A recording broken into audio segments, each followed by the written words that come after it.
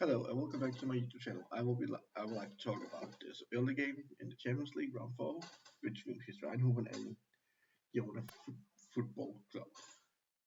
And as you can see, PSV Eindhoven completely destroys Girona 4-0, which is expected. PSV Eindhoven actually have had a really good season in the Champions League. They have had one loss to Juventus and then they have had 2 draws. And then this massive result which actually gives them 5 points after 4 rounds, which is decent to actually get through to the next round. But yeah, if we talk a little bit about the first goal, you could looks questionable. If you really zoom in, you can see his heel is just, and I mean barely just, on the pitch.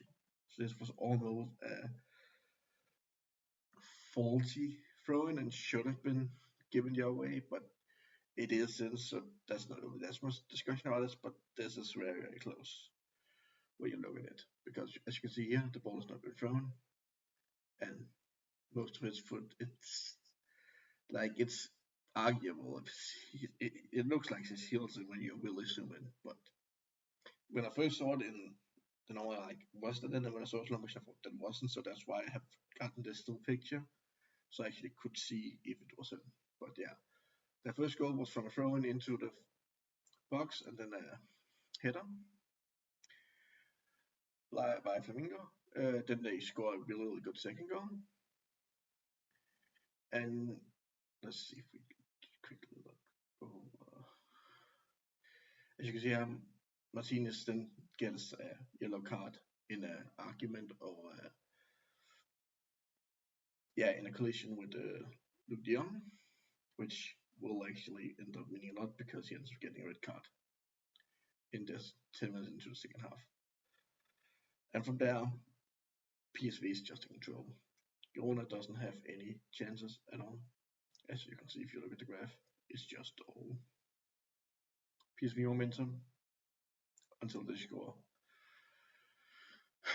their third goal and the 6 minutes later their own goal. And then we of course have the end of the game where we get 3 players that get into an argument, or we get Stuani and Bakova that gets into an argument and the goalkeeper running out to try and stop the argument, but here this ended up with a little bit of an altercation and argument, and the English ref need to give out 4 cards. But yeah, PSV, they play a well game, and as I said earlier, they are now really, really well placed to actually get through the Champions League stages. Even after 4 rounds, they have 5 points. They have also, and they're not only played easy opponents. But this was a fully dominant win. They have a lot of possession, primarily because of the red card. For the first half, even, second half, uneven, expected after the yellow card. But they were very clinical in the first half. That 2 goals, it wasn't like high scoring chances. As you can see here, the first goal 0.5 for a header, and the second goal 0.10. So yeah, both goals they score in the first half is not big chances, but they were clinical and scored them. And in the second half, they didn't have this clinical. Of course, that's the own goal. And the goal from outside, again, they didn't actually score for their good chances, like the Young shot here, or the Young shot here, or even like a shot here. And it's the same if you go to, in the start of the game, there's this massive double chance. First here, and then the rebound here, which was a massive chance that becomes green, and this could have completely changed the game, but nothing happened, so it doesn't actually matter. But yeah, after the red card and even before, PSV completely dominate the game. Girona doesn't really have a chance at any point to win this game after they get behind. PSV basically beat them out in every stat except for fast created and big chances missed. But yeah, friends. But Girona gets completely destroyed by PSV, which has had a really good season.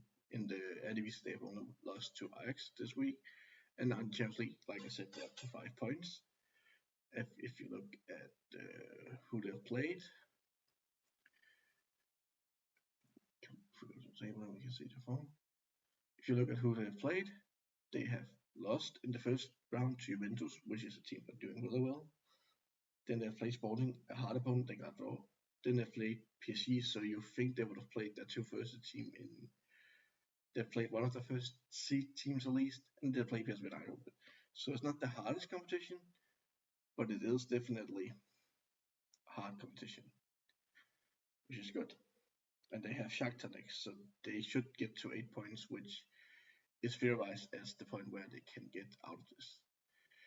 Girona's chances get a bit worse because they have lost to Paris, Feyenoord, they beat Slovakia, and then they lost 1-0 to because I would say yes. But they are really in trouble because their right back has a red card for the next game, so they will have a hard time actually. Sturm Graz is a hard team to face because sometimes they play really well and sometimes they just have a problem with scoring. But since Girona is one of the ones that let in the most goals, besides Dinamo Zagreb, but that was mostly because of their 9-2 loss to Bayern Munich. As Bayern Munich is here. See, even Bayern Munich have lost 2 games, have only conceded 7. Girona's played 4 games, and so they are one of the easy teams to score on, and Sturm Graz are playing Dortmund tonight, so will probably.